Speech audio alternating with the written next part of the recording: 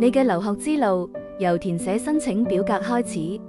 你所填寫嘅資料會幫助我哋對你嘅留學計劃、過往喺學校取得嘅成就，以及你嘅家庭財務狀況有一個初步嘅了解，好讓我哋為你提供最適合你嘅建議。然後我哋會同你一齊走入一個財務預測模型。透過呢個模型，我哋希望一步一步咁幫助你清晰了解留學所需要嘅費用、你最高可申請嘅貸款額度，以及所涉及嘅利息成本。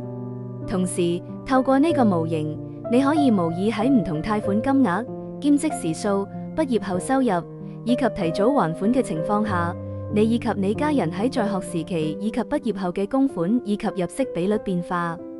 當你清晰了解我哋嘅貸款結構、你所需要嘅貸款額度，以及其所帶嚟嘅財務責任之後，就可以正式申請我哋嘅升學貸款。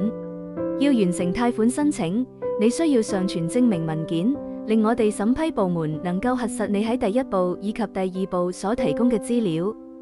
當審批部門確認你所填寫嘅資料無誤後，而且符合貸款申請資格，你將會收到一份以電郵發出嘅有條件貸款批核通知書。作為一家社會初創企業，我哋嘅資本非常有限，因此你亦有機會被列入等候名單。但請你不要氣餒，因為我哋會盡我哋最大嘅努力為你尋找資金。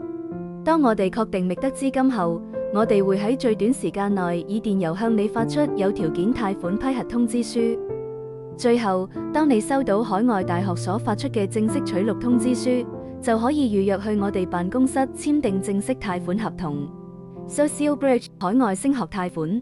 忠告：借錢梗要還，咪俾錢中介。